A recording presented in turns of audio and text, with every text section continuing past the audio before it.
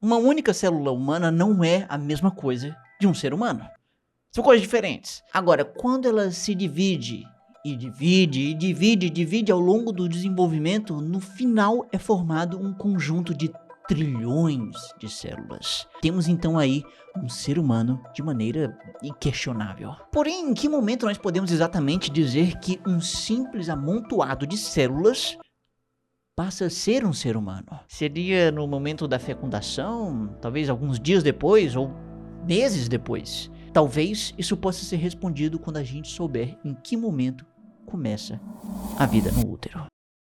Para entender quando a vida começa no útero, é preciso olhar para esse órgão. Esse aqui é o útero. Aqui nós temos as paredes do útero, aqui uma tuba uterina, aqui temos outra tuba uterina e um ovário aqui e outro ovário aqui. E é exatamente bem aqui nos ovários que nós encontramos a maior célula do corpo humano em diâmetro. Para você ter uma ideia, olha para essa foto aqui.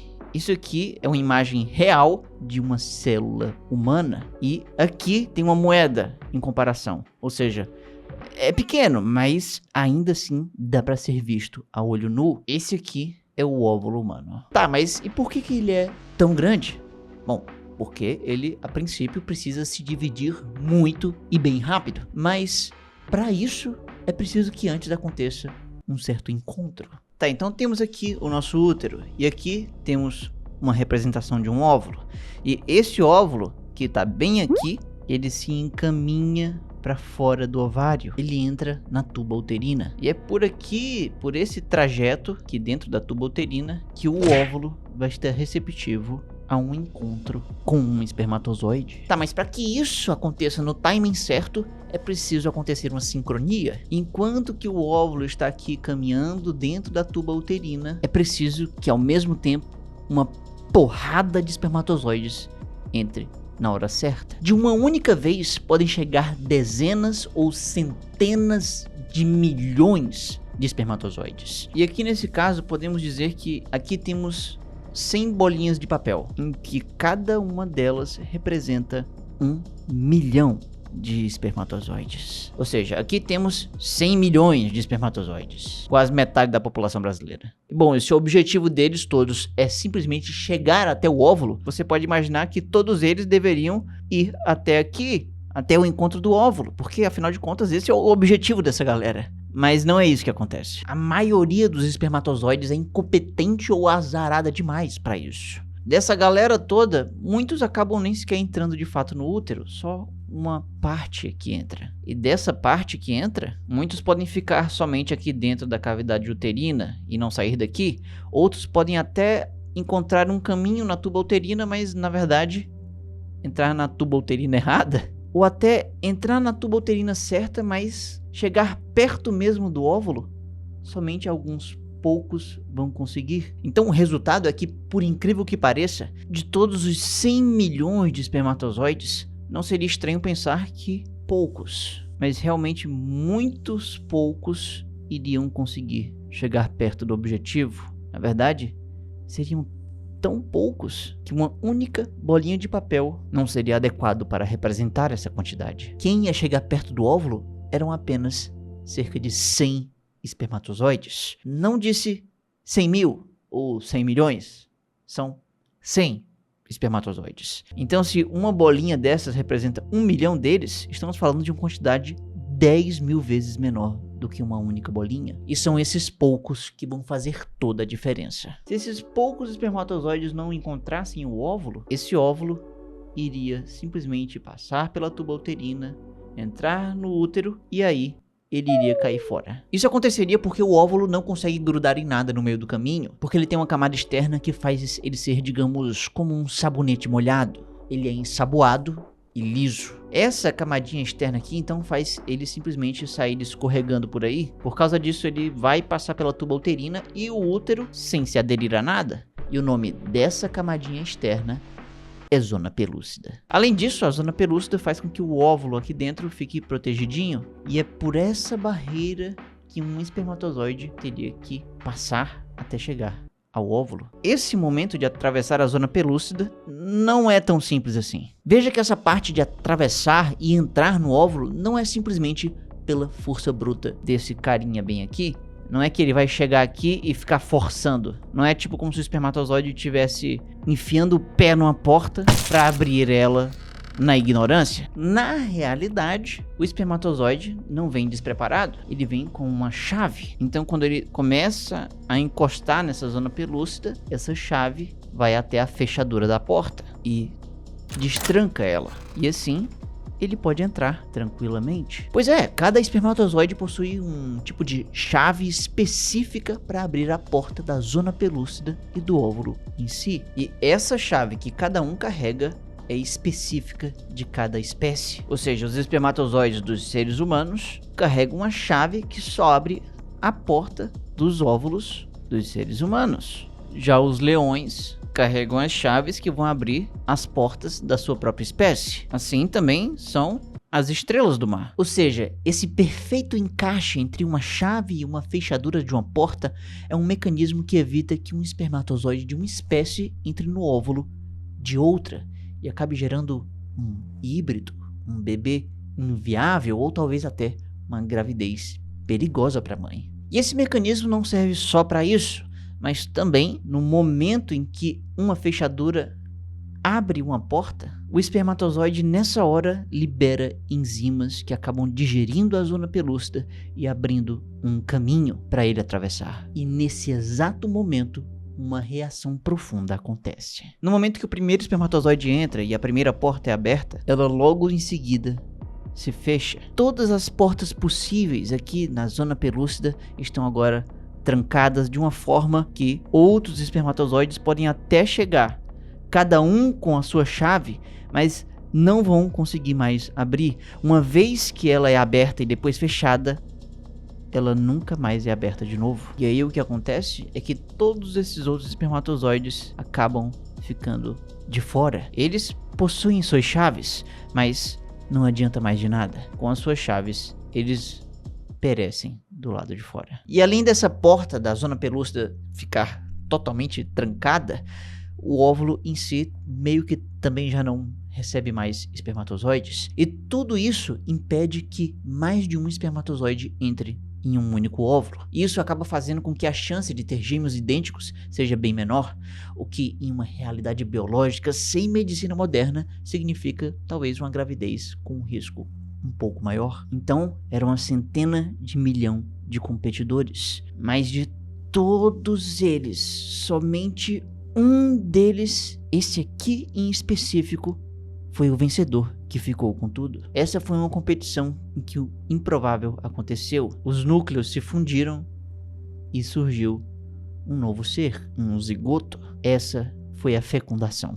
Então podemos dizer que isso aqui, essa é a primeira célula de um ser humano, o zigoto. Esse carinha ganhou. Agora, o que significa exatamente ganhar?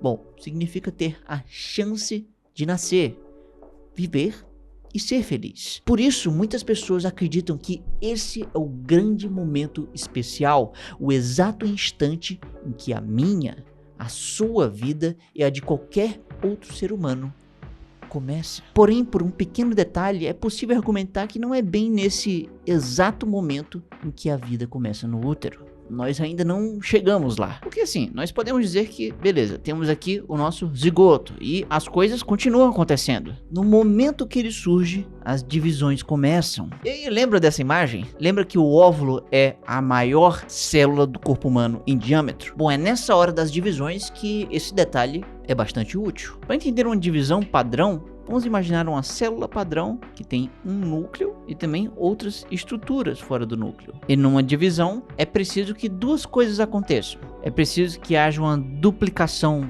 tanto do núcleo quanto das outras estruturas. E aí elas se separam em duas células que têm basicamente o mesmo tamanho da célula original e também com a mesma quantidade de estruturas. Então, se a célula não tivesse um ganho de volume ou uma duplicação de estruturas, as coisas iam ficar complicadas. Se uma célula simplesmente duplica o seu núcleo e se separa em duas, sem aumentar volume nem nada, significa que as duas células resultantes vão ser metade do volume e vão ter metade mais ou menos das estruturas. Vai ter coisa faltando nas duas. E aí a cada divisão elas iam perder metade do volume e metade das estruturas, até que ela iria deixar de funcionar. E sinceramente, de maneira simplificada, o problema é que aumentar o volume e a quantidade de outras estruturas é algo que leva mais tempo do que simplesmente duplicar o núcleo. Então, se as células tiverem pressa de se dividir,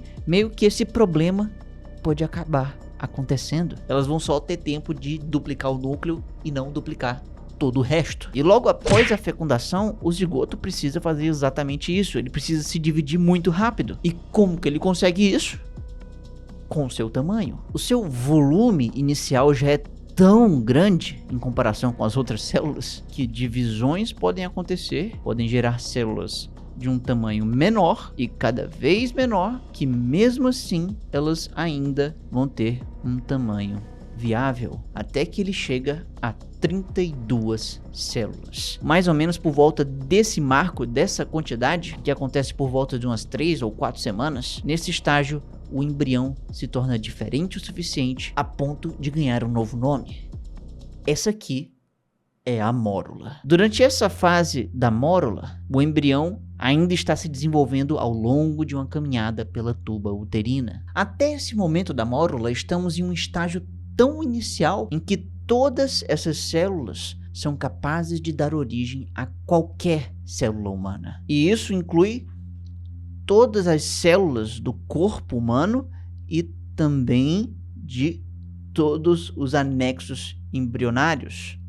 Ou seja, essas células podem dar origem a células do músculo, do cérebro e também da placenta, por exemplo. E essas células que conseguem esse feito são chamadas de totipotentes. Porém, nesse momento da mórula de 32 células, as divisões não param. Elas continuam. E aí meio que perde um pouco o sentido da gente ficar contando exatamente quantas células tem aqui, mas elas continuam a se dividir e se dividir a ponto da gente ter essa situação. Aqui nós temos de uma cor diferente, apenas para diferenciar que essas células do exterior não são exatamente a mesma coisa dessas células daqui de dentro. É nesse momento que a diferenciação celular começa a acontecer. Essas células aqui no exterior são chamadas de trofoblastos.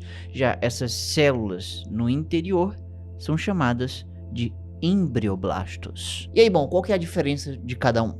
Bom, os trofoblastos entraram num caminho sem volta para no futuro poderem gerar qualquer anexo embrionário, mas somente os anexos embrionários. Já os embrioblastos tomaram um rumo que vai gerar os tecidos do corpo do bebê. Isso quer dizer então que agora não existem mais células totipotentes. Os embrioblastos, por exemplo, são agora chamados de células pluripotentes. E aí beleza, o tempo vai passando, continuam as divisões e nós chegamos no 5º dia. E é mais ou menos nessa época em que o nosso coleguinha aqui acaba finalmente entrando no útero. E enquanto isso, a organização celular começa a tomar forma. O que antes poderia ser um amontoado de células, agora já ganha uma outra cara. Os trofoblastos se organizaram ainda em uma camada externa, mas os embrioblastos agora estão todos aglomerados em um dos polos da célula. E isso acaba deixando um certo espaço vazio aqui dentro. E esse aqui é o estágio que nós conhecemos como blastocisto. E enfim, nós estamos chegando ao 6º dia após a fecundação. E uma coisa importante acontece. A zona pelúcida finalmente começa a se desfazer em volta do blastocisto. E lembrando que a zona pelúcida era responsável por fazer com que o óvulo e o embrião não conseguissem grudar em nada. E já que ela foi embora, agora as células conseguem fazer uma implantação. Um pouco depois de completar uma semana desde a fecundação, esse blastocisto, já no final da sua peregrinação, chega mais ou menos por aqui. E nesse momento de muita proximidade da parede do útero, uma coisa interessante acontece. Bom, se a gente dar um zoom bem grande aqui, podemos ver que aqui temos a parede do útero e aqui temos o blastocisto chegando. E aí, quando ele chega próximo, ele se orienta da maneira correta e se aproxima. Ele de fato adere à parede do útero e aí começa a entrar. E as células do trofoblasto vão penetrando cada vez mais, começam a invadir o tecido uterino. E aí esse processo avança e a própria parede do útero se fecha por cima para selar a implantação. E eu sei que essa parte aqui parece apenas uma como outra qualquer, mas ela é muito crucial e difícil. Podem haver talvez sangramentos e por algum motivo ou outro a parede do útero pode talvez não estar totalmente preparada para essa implantação. E algumas dessas etapas que vimos agora pode acabar dando errado. Um mesmo embrião aqui dentro do útero pode tentar se fixar uma vez aqui, talvez não conseguir, e tentar em outro canto aqui e não conseguir, até que meio que ele realmente não consegue de jeito nenhum e ele simplesmente vai embora na próxima menstruação. Peraí, então tu tá me dizendo que esse carinha passou por uma ruma de etapas, tentou algumas vezes se implantar e no final não deu certo? Ele só vai embora? E nem é culpa dele? Bom, pior que é exatamente isso. E não só essa falha na implantação pode acontecer, mas ela é comum de acontecer. A maioria dos embriões tem 75% de chance de simplesmente não conseguir se implantar. Ou seja, a cada 4 blastocistos, somente um se fixa no útero e gera uma gravidez. Então é por isso que a vida em si pode talvez até começar antes, na fecundação, mas a vida no útero só se inicia com a implantação. O embrião, a vida em si, pode até já estar aqui na cavidade uterina, mas a cavidade é apenas um espaço vazio, não é a estrutura física das paredes do útero. Então um embrião, para estar no útero, precisa estar nas suas paredes. Ele precisa se implantar. Somente nessa situação é que podemos dizer que existe vida no útero. É nessa hora que começa uma coisa que nós podemos chamar de gravidez, digamos, clínica, que começa a ser possível percebê-la com exames clínicos. Se você fizer um teste de gravidez, não vai dar positivo se o embrião não estiver no útero. Ele precisa estar implantado para que um teste de gravidez, um exame clínico, dê positivo para a gravidez. E aí isso nos leva a um questionamento interessante, porque será que então isso tudo quer dizer que se for usado algum método para impedir a implantação, será que isso não seria considerado um aborto? Calma, eu sei que esse assunto é sensível, mas se nós estamos falando de um término de uma gravidez, então isso só é possível se a gravidez já começou. Afinal, não dá pra gente terminar algo que ainda não começou. E é aí que tá o problema, porque existe meio que mais de uma definição de gravidez. Porque assim, se essa tal gravidez clínica só acontece quando o embrião se implanta, então se a gente impedir essa implantação dele por algum motivo e ele não conseguir, então a implantação não aconteceu, a gravidez nem começou, então o impedimento da implantação acontece antes da gravidez, não é um término de algo que não começou. Então nesse caso, impedir a implantação não seria terminar a gravidez, porque nessa ótica ela nem começou. Porém, biologicamente falando, podemos argumentar que a gravidez começa quando isso acontece, quando a fecundação ocorre. E isso acontece geralmente na tuba uterina, acontece muito antes da implantação acontecer. Então se a gravidez começou bem aqui na tuba uterina, no encontro de um óvulo com um espermatozoide, o momento da implantação já é bem posterior. Então impedir isso de acontecer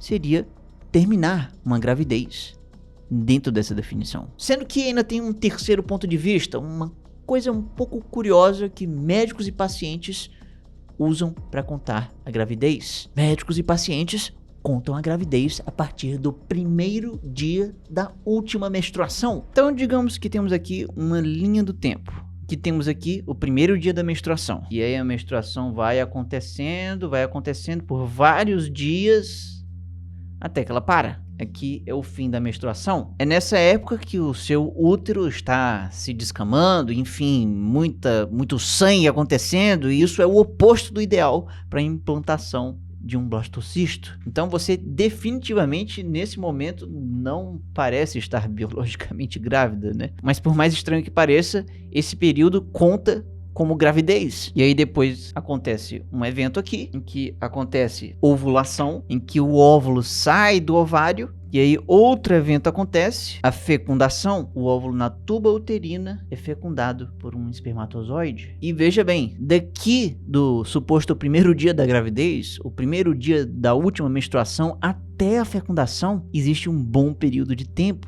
Isso geralmente acontece num intervalo de 2 semanas. Então olha só que curioso, se você perguntar para uma grávida há quanto tempo ela está grávida, e ela dizer, por exemplo, estou grávida há 5 semanas, então significa que ela está bem aqui. Essa aqui é a 5ª semana. Agora, quando que aconteceu a implantação? A implantação aconteceu bem aqui. Ela acontece 1 semana depois da fecundação. Então, a 5ª semana da gravidez está, na verdade, a 2 semanas da implantação e a 3 da fecundação. Ou seja, uma pessoa na 5ª semana da gestação está clinicamente grávida há 2 semanas e biologicamente grávida aqui na fecundação há 3 semanas. Então, se a gravidez nessa definição começa bem aqui e a implantação começa bem aqui, se a gente impede a implantação, então a gente está terminando algo que já começou bem antes.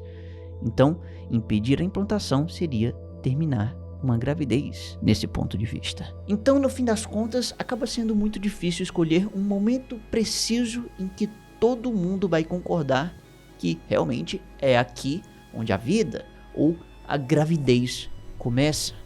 Isso tudo é debatível e é isso.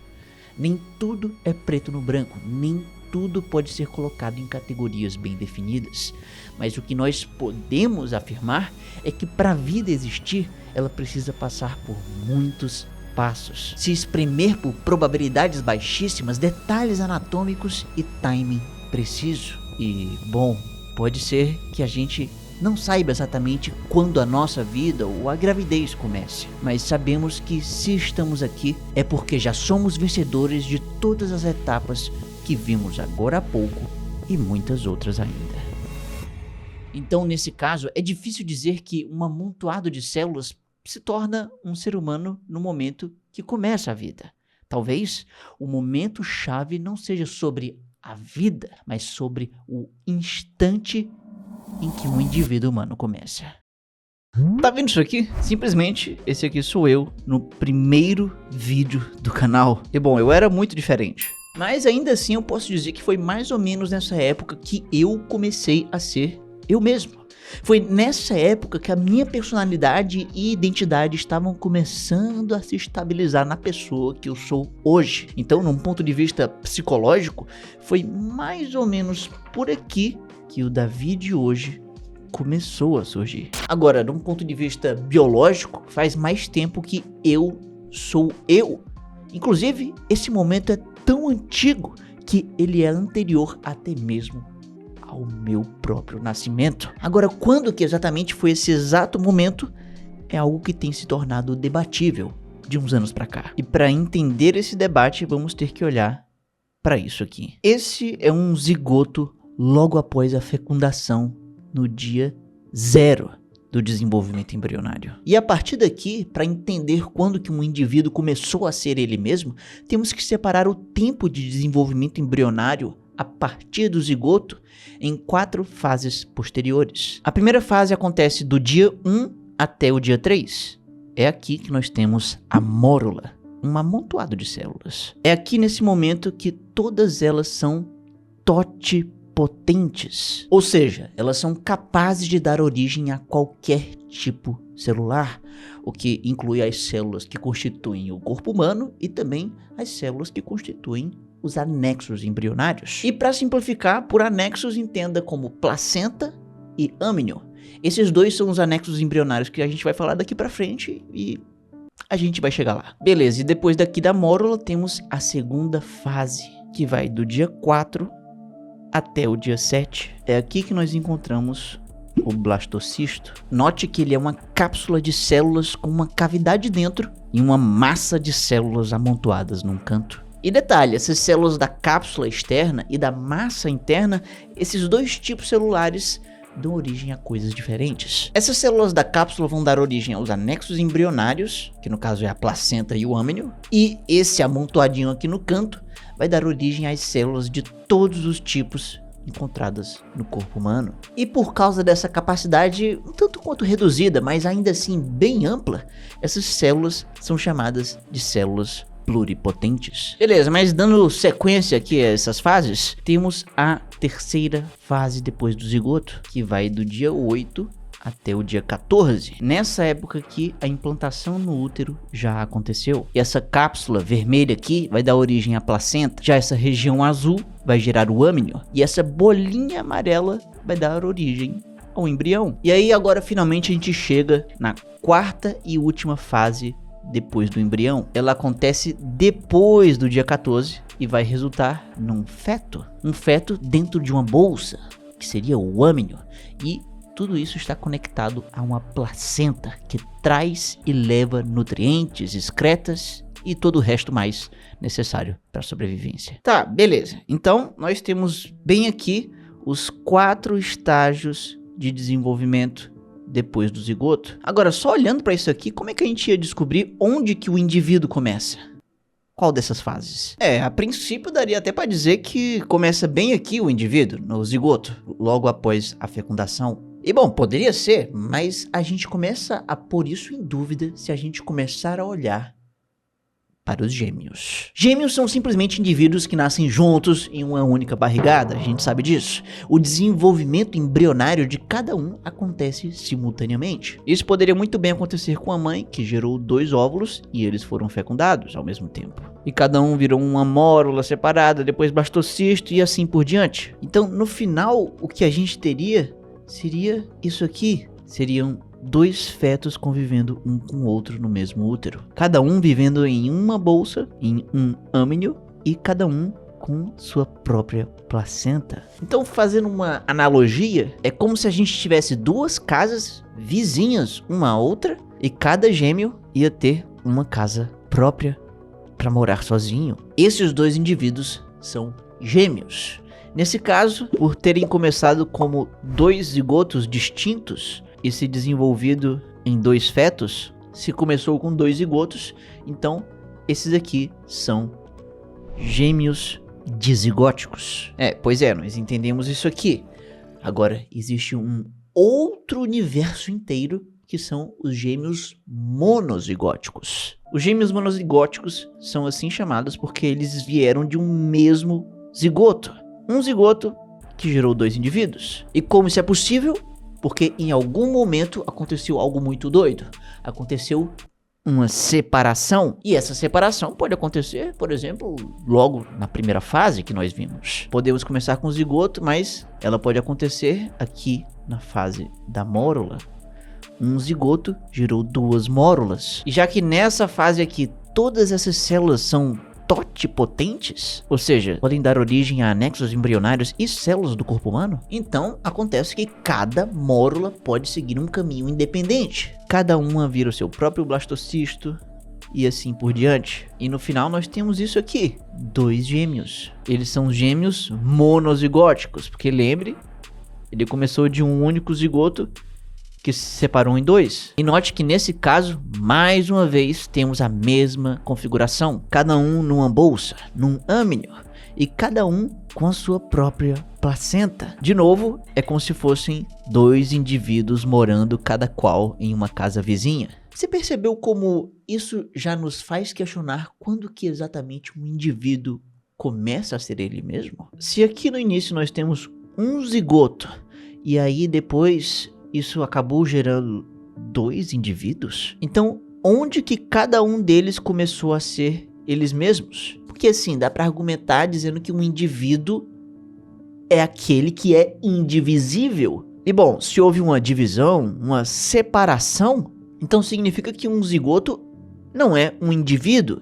Isso é divisível. E se uma divisão acontece aqui, uma separação acontece na fase da mórula, então a gente pode dizer que tudo que está atrás da mórula, então, não é indivisível. Ou seja, cada indivíduo aqui nesse caso começou a sua individualidade aqui na fase da mórula. Então seria mais ou menos aqui, nessa época, mais ou menos do dia 1 ao dia 3, depois da fecundação. Essa época aqui é mais ou menos a época em que cada um começou a ser ele mesmo. E não só isso, porque eu não estou falando simplesmente desses dois indivíduos gêmeos hipotéticos, porque mesmo que você nem sequer tenha um irmão gêmeo, nós somos todos da mesma espécie.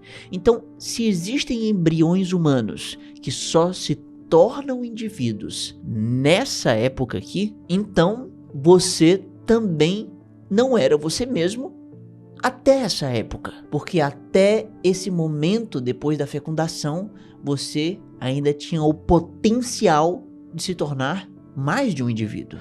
Então você ainda não era você. E mesmo que você não tenha um irmão gêmeo, mesmo que você seja apenas um contínuo de um único óvulo que resultou em apenas um único feto, ainda assim, se somos todos da mesma espécie, então, como a gente viu, até aqui nessa época, do dia 1 ao dia 3, você aqui se tornou você mesmo. Porque antes desse período, o seu zigoto ainda tinha o potencial de se tornar dois indivíduos. Acabou não acontecendo, mas ele tinha esse potencial. Ele era divisível. Então, se aqui era divisível, então talvez a indivisibilidade, o indivíduo comece a partir desse estágio bem aqui, da mórula, por volta do dia 1 ao dia 3. Agora, será que essa separação pode acontecer depois do dia 3? Bom, nesse caso a gente iria começar com um óvulo, ele ia se desenvolver em uma mórula,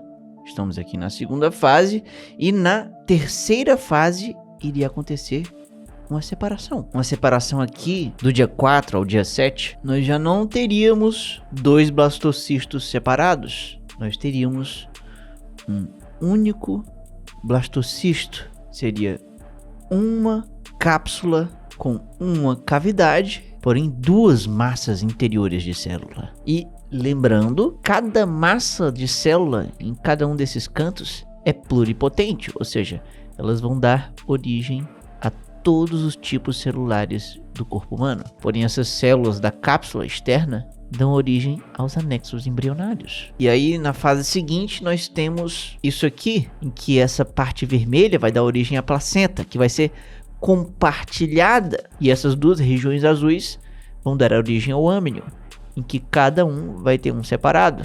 E a parte amarela são os embriões, e cada um vai ser separado também. Com isso, nós temos essa situação no final, em que nós temos dois fetos compartilhando uma mesma única placenta. Porém, cada um desses fetos está em uma bolsa única. Estão com um âmnio separado cada um. Uma placenta, dois âmnios. É como se houvesse uma única casa, uma única placenta em que se compartilha tubulação, rede elétrica e tudo mais. Porém, existem dois cômodos separados, dois âmnios, em que cada indivíduo está em cada um desses cômodos. Bom, e se no final nós temos dois indivíduos, então significa que até esse momento, do dia 4 ao dia 7, nessa segunda fase depois do zigoto, significa que tudo que veio antes daqui era divisível. O indivíduo então talvez comece por aqui, mais ou menos nessa época. Agora, e se essa separação acontecesse mais tarde ainda? Ele se desenvolvesse numa mórula, depois viesse um único blastocisto com uma única massa de células interior, e aí só aqui depois é que houvesse uma separação, mais ou menos entre o dia 8 ao dia 14. Nesse caso, a gente teria isso aqui. Teríamos apenas um precursor da placenta e um precursor do âmnio. Mas ainda assim, isso iria gerar dois indivíduos separados. Porém, note uma coisa aqui. São dois indivíduos separados, mas ambos estão não só compartilhando uma placenta, mas também estão compartilhando uma bolsa, um âmnio. Nesse caso, eles podem até se tocar, não há nenhuma barreira física impedindo isso. Então é como se houvesse apenas uma placenta, uma casa e somente um cômodo, um âmnio. E neste único âmnio temos dois indivíduos, os dois convivendo no mesmo cômodo. Mas ainda assim nós temos dois fetos, dois indivíduos. O que significa que até mesmo aqui nessa terceira fase, depois do zigoto, nós temos um momento chave, que podemos dizer que tudo o que aconteceu daqui para trás não era ainda um indivíduo, porque todas as divisões que aconteceram até esse momento geraram dois indivíduos. Então o indivíduo talvez comece, na verdade, mais ou menos por essa época aqui. Agora, será que a gente pode imaginar separações acontecendo depois do dia 14? Nós podemos. Então, estamos lá. Começamos com o zigoto, uma única mórula, um único blastocisto, e assim vai indo, até que temos algo peculiar aqui já. Nós temos não só um único precursor de placenta, não só um único precursor de âmnio, mas nós temos um embrião que meio que não se separou totalmente. A separação total acontece depois. A separação acontece na quarta e última fase, depois do zigoto, depois do dia 14. E isso resulta nesse cenário. Estou falando de uma placenta, um âmnio e dois gêmeos que estão fisicamente conectados um ao outro. Eles são gêmeos monozigóticos, mas especificamente são chamados de gêmeos conjugados. E dependendo de como a conexão entre um e outro acontece, isso pode acabar gerando uma condição incompatível com a vida. Sendo que em algumas dessas situações, os gêmeos podem não só sobreviver, como eles podem ser fisicamente separados através de cirurgia. Nesse caso, eles seriam dois indivíduos, cada um livre vivendo a sua vida independente. Porém, há casos em que essa linha que separa os gêmeos acaba ficando um tanto quanto borrada. Conheça Abby e Brittany Hensel. Elas são gêmeas conjugadas. Elas têm um par de pernas e um par de braços. E além disso, elas compartilham vários órgãos, sistema circulatório e um monte de outras coisas. Mas o fato é que cada um possui uma cabeça. São duas cabeças. E aí cada uma delas vive a sua vida normal, em que cada uma é cidadã. Cada uma é um indivíduo separado perante a lei dos Estados Unidos. Inclusive, cada uma possui uma formação superior própria. Então parece que não há dúvidas. Tudo isso indica que elas seriam dois indivíduos que apenas aconteciam de compartilhar muito de um único corpo. Porém, o seu empregador não pensa a mesma coisa. Essa aqui é uma sala de aula. E aqui está Abby e Brittany trabalhando como professoras. E aí veja bem, elas pagaram por duas faculdades. Elas têm duas cabeças, o dobro de poder mental. Mas ainda assim, no trabalho delas, elas ganham um único salário. A escola aqui que emprega elas entende que estão apenas contratando um único indivíduo. Até porque não seria possível contratar uma, mas não a outra. Pois é, isso não é uma hipótese, isso é a realidade, isso é uma coisa que acontece. O que deixa algumas perguntas no ar. Elas não possuem o dobro de capacidade mental e por isso não podem entregar o dobro de resultado num trabalho mental? E com o dobro de resultado não deveria ganhar o dobro? 2 salários? Bom, nesse caso desse emprego, podemos dizer que sim. Agora, e se elas mudassem de emprego? Imagine que ao invés de ter um emprego que faz tarefas cognitivas, como ensinar crianças, elas, bem aqui, iriam para um emprego totalmente baseado em tarefas mecânicas. Vamos dizer, carregar tijolos de um canto para outro. Esse seria o emprego delas, totalmente braçal. Pegava tijolo de um canto, botava em outro.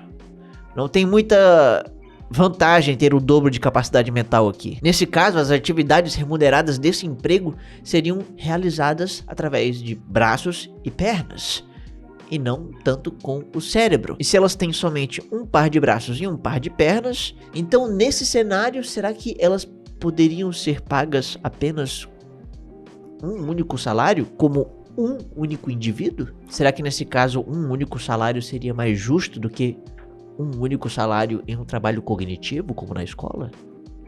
Eu não sei. Mas eu sei que tudo isso quer dizer uma coisa interessante, que quando o momento de separação acontece nessa quarta e última fase, depois do dia 14, questões e dúvidas começam a ser postas na mesa. A partir desse momento, nós perdemos a certeza se nós no final geramos dois indivíduos. E aí, para deixar claro onde eu quero chegar com isso, vamos ter agora uma visão geral de tudo que vimos agora sobre os gêmeos. Temos aqui todos os gêmeos possíveis, com todos os seus estágios, aqui separados por dias. Aqui nós temos os gêmeos dizigóticos, em que cada um possui um zigoto, uma mora, um blastocisto e assim por diante, até gerar dois indivíduos, dois fetos que não são geneticamente idênticos. Aqui nós temos duas placentas e dois âmnios. E não ocorreu separação em canto nenhum aqui. Agora, em todo esse resto aqui, nós temos os gêmeos monozigóticos, onde em algum momento uma separação aconteceu. Se a separação ocorreu aqui, nessa primeira fase, depois do zigoto, do dia 1 ao dia 3, começamos com um zigoto, mas já temos duas moras, dois blastocistos e assim por diante. E ainda assim, no final, nós temos dois indivíduos separados. Temos duas placentas e dois âmnios. Agora, essa separação pode ocorrer mais tarde. Ela pode acontecer bem aqui, mais ou menos no dia 4 ao dia 7. Isso no final vai gerar dois indivíduos, mas com uma placenta e dois âmnios. E a separação pode acontecer mais tarde ainda. Ela pode acontecer do dia 8 ao dia 14. E aí, nesse caso, vamos ter dois indivíduos, sendo que com apenas uma placenta e um âmnio. E indo ainda mais tarde nesse processo, a separação pode acontecer na quarta e última fase, depois do dia 14. E aqui nesse caso, nós não só temos uma placenta e um âmnio, mas nós temos gêmeos fisicamente conectados, gêmeos conjugados. Ou seja, isso quer dizer uma coisa importante. Quer dizer que se aqui a separação não consegue ser total, nós podemos traçar uma linha bem aqui que marca de maneira razoavelmente clara uma coisa importante. Daqui do dia 14 para trás, toda vida que acontecer uma separação, elas vão acabar gerando dois indivíduos separados. Não há dúvida de que sempre serão dois indivíduos. Ou seja, deste ponto aqui para trás do desenvolvimento embrionário, nós não temos um indivíduo. Nós temos algo divisível. Nós temos o potencial de gerar múltiplos indivíduos.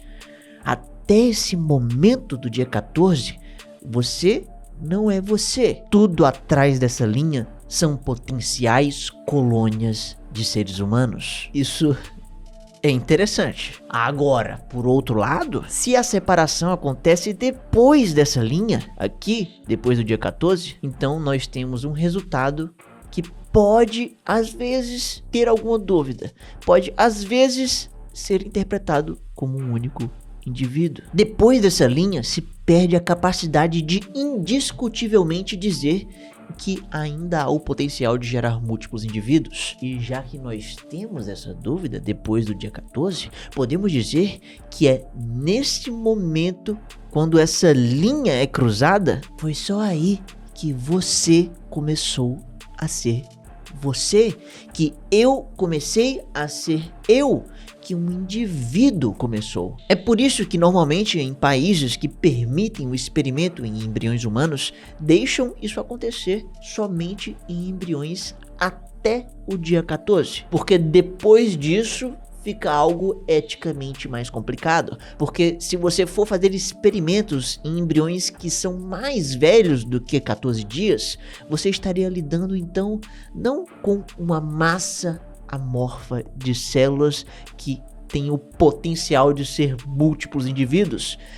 Depois do dia 14, você estaria lidando com um indivíduo que poderia ter um nome. Essas leis são baseadas exatamente nisso aqui. Porém, tudo isso pode estar errado. Tudo que a gente viu aqui no quesito gêmeos é, digamos, o conhecimento do modelo convencional da embriologia. Porém, ainda faltam algumas evidências para sustentar melhor tudo isso aqui. Por exemplo, milhões de embriões humanos já foram observados in vitro, mas nunca houve uma observação direta do momento exato de uma separação em dois indivíduos. E essas fases todas aqui em que a separação pode acontecer foram estabelecidas há décadas atrás, com suposições que podem não estar tão corretas. Inclusive, há atualmente um debate muito interessante, em que de um lado nós temos pessoas que afirmam que o modelo convencional aqui está correto. Porém, do outro lado nós temos pessoas que dizem que isso aqui está errado. E a separação, na verdade, não seria muito bem um evento que pode acontecer em momentos diferentes. Na verdade, a separação é um evento que já está programado para acontecer desde o momento da fecundação do zigoto. Ou seja, alguma coisa acontecendo dentro do zigoto, um mecanismo celular, bioquímico, um arranjo de moléculas que infelizmente nós não compreendemos muito bem. Mas é exatamente isso que faz com que esteja predestinado desde o momento inicial da fecundação a esse zigoto aqui se separar nessa fase, esse zigoto aqui se separar nessa fase, esse aqui nessa fase e esse aqui nessa fase. E aí olha só que coisa interessante, porque se a maioria das pessoas não tem gêmeos, foi simplesmente um zigoto até um contínuo de um feto, ou seja, não ocorreu nenhuma separação em nenhum momento, então significa que aqui desde o início, esse zigoto, logo depois da fecundação, ele já estava programado, destinado a se tornar apenas uma única pessoa, ou seja, ele não era uma potencial colônia de seres humanos, ele estava destinado a ser um indivíduo, ele já era um indivíduo, tudo isso desde o dia zero. Então, nesse novo entendimento, eu comecei a ser eu mesmo, não a partir do dia 14, mas do momento da fecundação. E assim é o caso de todos que não têm gêmeos monozigóticos. E isso implica em algo sério, que a gente precisa mudar o entendimento de leis baseadas na linha depois do dia 14. Mas claro, isso só deveria mudar se um dia a gente realmente tiver certeza de quando você começou a ser você. E mesmo que um dia a gente tenha certeza de quando um indivíduo começa, será que isso faz um amontoado de células ser um ser humano? Quem sabe o que realmente nos torna humanos é o momento em que nós ganhamos a nossa tão especial consciência. Se lembra daquele momento quando você tinha 4 anos de idade e aí você de repente ganhou consciência? Bom, provavelmente você não vai lembrar desse momento repentino acontecendo, porque isso nunca aconteceu. A consciência não é simplesmente um momento em que você está sem óculos e aí você ganha um óculos e do nada você começa a ver o mundo de um jeito diferente. A consciência é como isso aqui, um recipiente cheio de bolinhas de papel. Isso aqui representa você hoje. Você claramente então tem consciência porque o recipiente está cheio.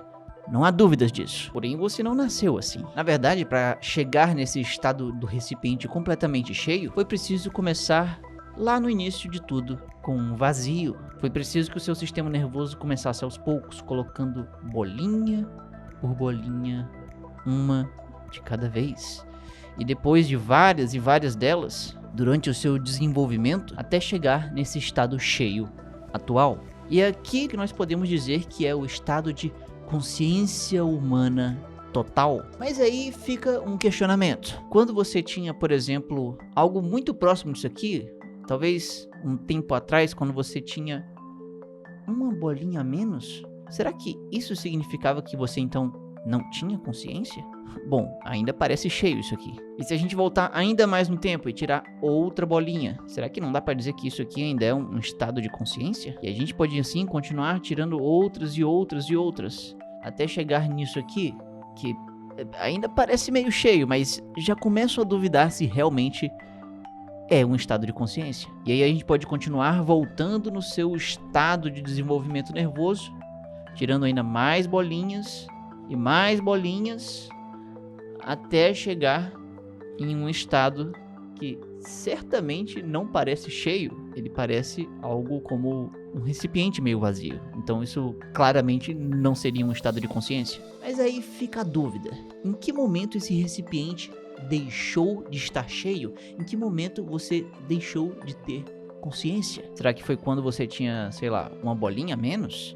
3 a menos? Ou 7?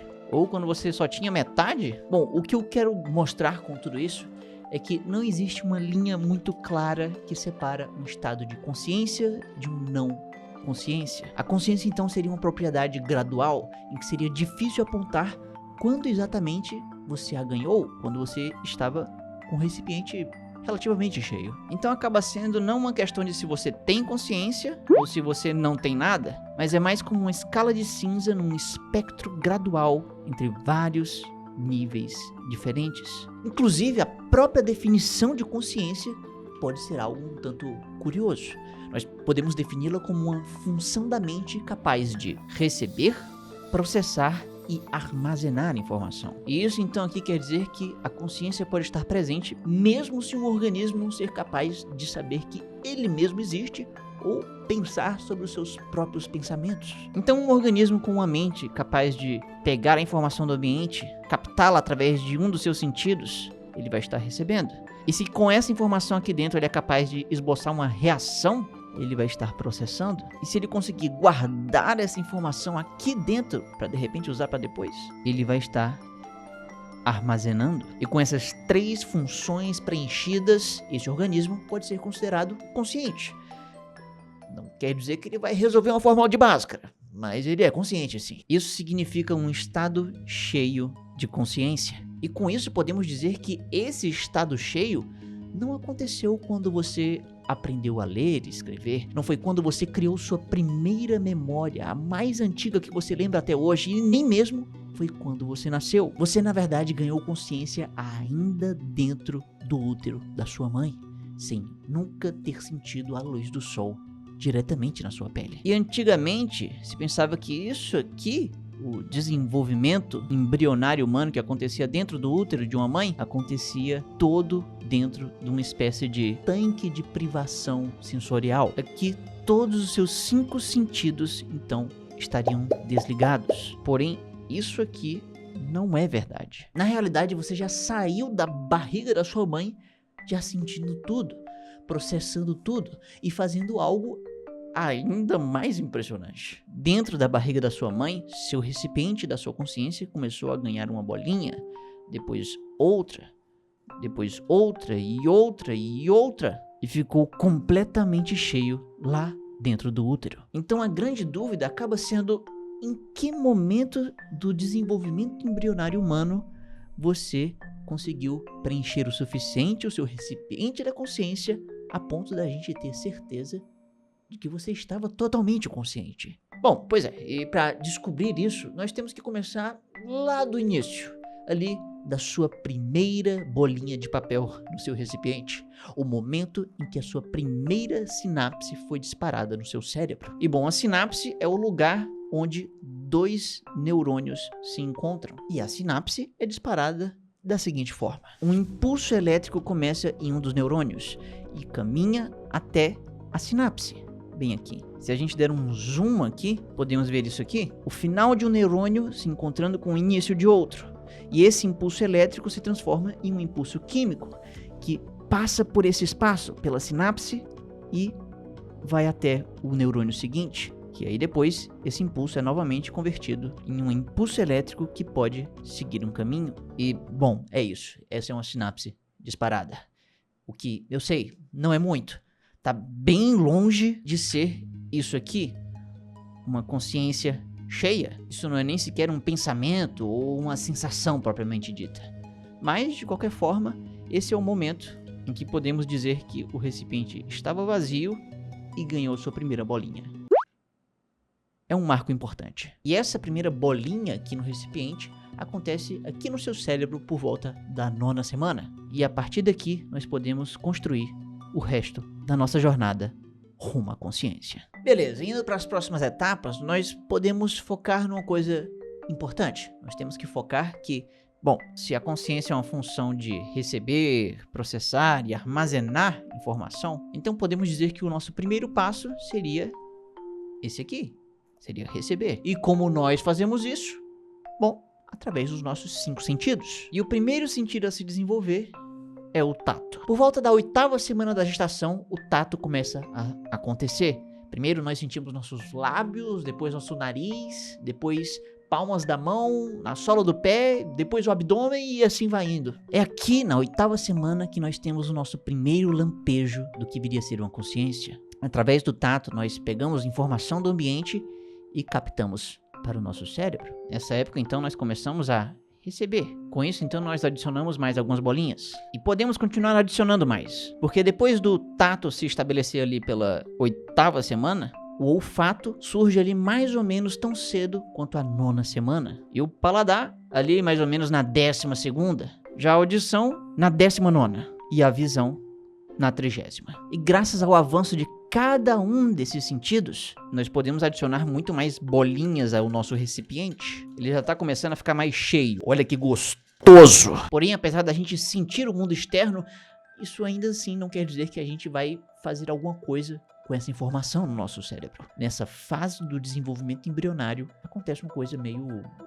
contraintuitiva. Apesar dos sentidos fazerem com que o nosso cérebro receba informação, isso não quer dizer que essa informação aqui dentro seja processada. Eu sei que isso parece bizarro, mas tem um bom motivo para isso. Acontece que se a gente tiver aqui o cérebro e fatiar ele para ver ele por dentro, nós vamos ter isso aqui, em que nós temos uma região central e essa outra região aqui do lado mais externo. Essa região aqui mais no centro, nós chamamos de tálamo. E essa região mais externa, nós chamamos de córtex. E as informações captadas pelos seus 5 sentidos passam pelo tálamo e são processadas em outra região, no córtex. E é claro que em um cérebro humano desenvolvido, há uma conexão direta entre o tálamo e o córtex. Com isso, é simples. A informação chega e ela passa por essa conexão direta até o córtex, onde é processada. Porém, em um cérebro ainda em desenvolvimento, a história pode ser outra. Tem uma época que o tálamo e o córtex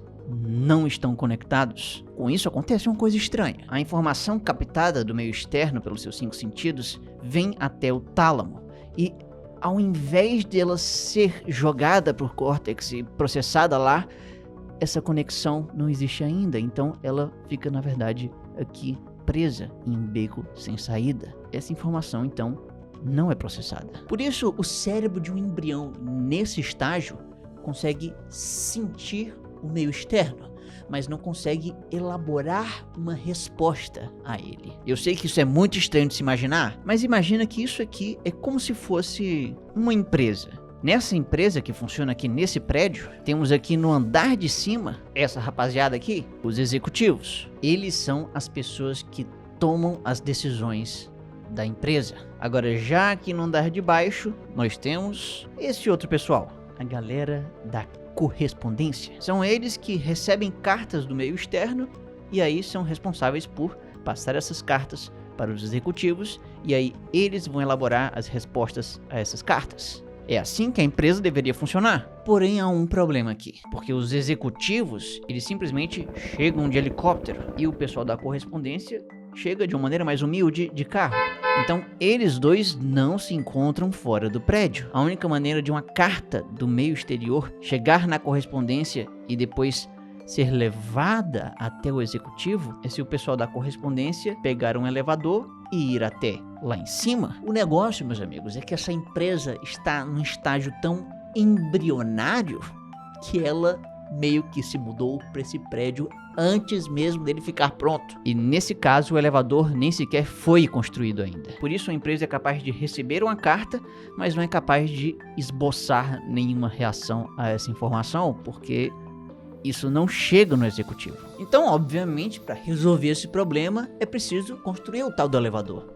Mas para isso não dá para simplesmente construir do nada de repente. Se a gente for construir ele, por exemplo, aqui, não dá pra gente só ir botando um tijolo em cima do outro e esperar chegar até o topo. Na verdade, antes é preciso construir uma estrutura temporária para guiar o caminho da construção. É preciso então construir um andaime. Esse tal do andaime é simplesmente uma estrutura de metal que é feita antes da construção, para que os construtores possam se apoiar nessa estrutura e ir colocando um tijolo depois do outro. Graças a essa estrutura aqui, o fosso do elevador é construído e o elevador em si instalado. E depois que a estrutura principal é feita, simplesmente essa temporária, o andaime é desmontado e sai de cena. E aí, finalmente, uma carta, uma informação, ela pode chegar até a correspondência pega o elevador e vai até o executivo. E uma vez o executivo, com uma carta em mãos,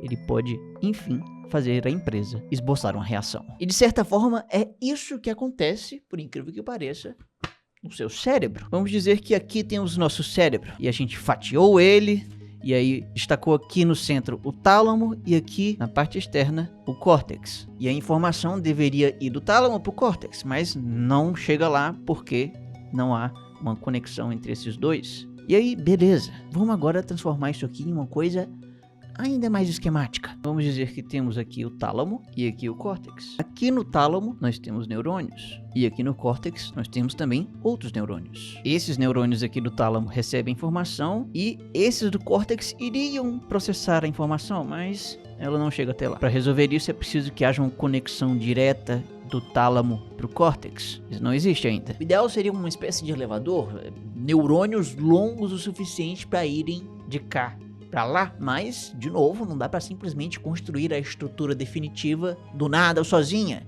É preciso, antes de um andaime, uma estrutura temporária.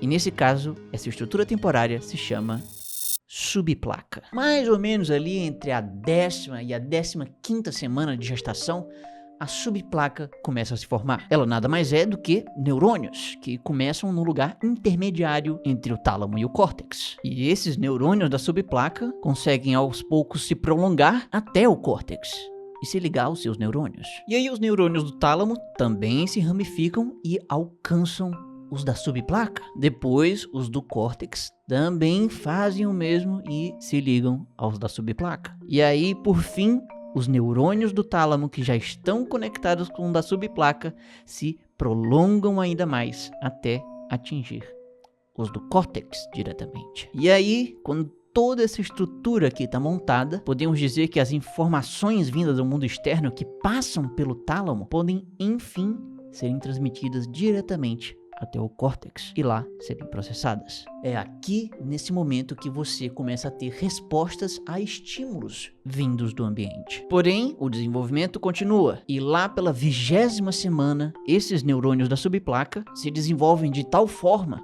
que eles se tornam a região mais ativa do cérebro humano inteiro. E isso é impressionante, dado o que vem a seguir. Simplesmente essa subplaca cheia de atividade começa a se desfazer lá mais ou menos entre a 26ª e a 32ª semana. E assim ela vai se deteriorando até os primeiros meses depois do nascimento sumir completamente, assim como um andaime do elevador. Tudo que resta então é uma conexão direta do tálamo ao córtex. Então, graças a essa subplaca que já nem mais existe em você, seu cérebro é capaz de receber e processar informações externas. Graças a isso, você então ganha mais bolinhas. Seu recipiente começa a ficar parecido com um estado de consciência, um recipiente cheio. Agora, será que nesse momento seria o suficiente para você já ser considerado um ser consciente? Bom, isso pode ser debatível.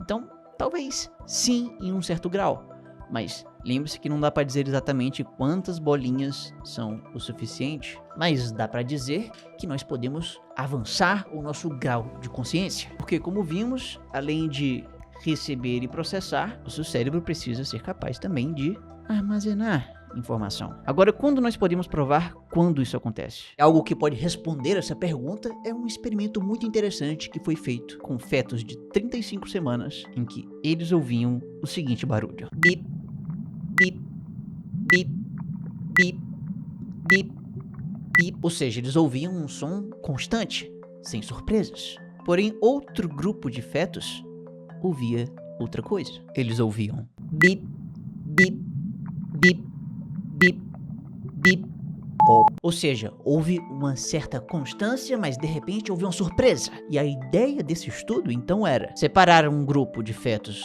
que ouviram apenas bip dos fetos que ouviram, além do bip, o bop. E comparar a atividade cerebral de cada um deles durante esses sons para ver se havia alguma diferença. E para isso, os cientistas resolveram medir não exatamente os impulsos elétricos dos neurônios, mas o campo magnético que essa eletricidade forma. O problema é que o campo elétrico do cérebro de um feto é tão, mas tão fraco, que em comparação com o campo magnético terrestre, é cerca de 1 bilhão de vezes mais fraco. Ou seja, notar esse campo aqui da mente de um feto meio que é como escutar, sei lá, o bater das asas de um mosquito próximo a uma turbina de avião. É um pouco complicado. E para tentar resolver isso, eles resolveram fazer esse experimento do Bip Bop numa sala com paredes e revestimento que impedem o ruído do campo magnético da Terra. Isso aqui realmente solucionou uma parte do problema,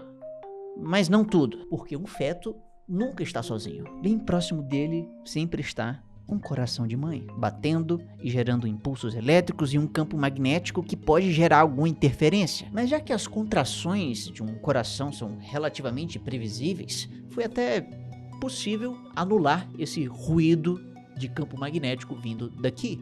Então, depois de um certo processamento computacional, foi possível meio que apagar a influência do coração. Porém, isso ainda não foi o suficiente para registrar a atividade cerebral dos fetos. Porque assim, um grande problema de fazer um registro aqui da atividade cerebral deles é que os fetos normalmente não costumam cooperar tanto. Eles normalmente não ficam 100% parados o tempo todo. Eles ficam se mexendo. Esses danadinhos! Por causa disso, foi preciso que uma grávida ficasse nisso aqui. Uma máquina capaz de fazer um registro em várias posições do feto. E enquanto o campo magnético foi registrado aqui nesse negócio, foi feito ao mesmo tempo um ultrassom em 3 dimensões. Assim era possível saber exatamente a posição e a orientação da cabeça do feto em todo instante. E aí, com esses dados, foi possível criar um algoritmo feito para olhar para esses movimentos e ser capaz de anulá-los. E aí, no final, foi feito um registro decente dessa cabecinha aqui. Foi feito o registro